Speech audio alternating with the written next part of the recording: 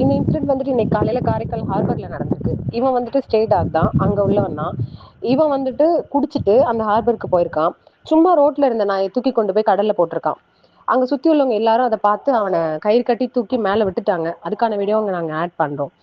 இது எதுக்காக இங்க நாங்க போஸ்ட் பண்றோம்னா, ஒவ்வொரு வீடியோலும் ஒவ்வொரு சோஷியல் மீடியாவும் என்ன சொல்றாங்கன்னா, நாய் கடிக்குது, விரட்டுது, துரத்துது அப்படின்னு அதோட நெகட்டிவ் சைடை மட்டும் போடுறாங்களே தவிர்த்து, அதுங்க நம்மளால இவங்கள மாதிரி உள்ள மனுஷங்களால எவ்வளவு சஃபர் ஆறாங்க, எவ்வளவு பெயின் எல்லாம் அவங்க தாண்டி வர்றாங்க.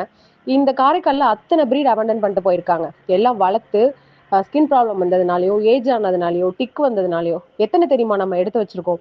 இந்த மாதிரி பண்றவங்களுக்கெல்லாம் தண்டனை என்ன கிடைக்க போகுது அப்படிங்கிறது எங்களுக்கு தெரியல. பட் ஆனா இதுக்கு கண்டிப்பா ஒரு தண்டனை வாங்கி கொடுப்போம். இது இதுக்கப்புறம் இது நடக்கக்கூடாது. இந்த காரைக்கால் சரௌண்டிங்லயும் சரி, இதை பண்ணணும் அப்படின்னு அவங்க நினைச்சாலே அவங்களை கண்டிப்பா ஏதாவது ஒரு தண்டனை வாங்கி கொடுக்கணும். அந்த அளவுக்கு இதுக்கு ஏதாவது நம்ம ஒரு ஸ்டெப் எடுக்கணும். ஸோ இதுக்கு உங்களோட சப்போர்ட்டும் வேணும். இது வந்துட்டு ஒரு ஒரு குறிப்பிட்ட நபர்களால மட்டும் இந்த சேஞ்சஸ் கொண்டு வர முடியாது. நம்ம எல்லாரும் சேர்ந்தாதான் இந்த காரைக்கால்ல இவங்களுக்கான ஒரு அழகான ஒரு உலகத்தை உருவாக்கலாம். இந்த உலகம் நம்ம வாழ்றதுக்காக மட்டும் இல்ல. ஸோ இதை மட்டும் நமக்கு மைண்ட்ல வச்சுட்டோம்னா, இந்த மாதிரி தப்பு நடக்கும்போது தட்டி தைரியமா நம்ம கேட்கலாம். நீங்களும் கேட்கறவங்களுக்கு ஒரு வாய்ஸ் கொடுக்கலாம்.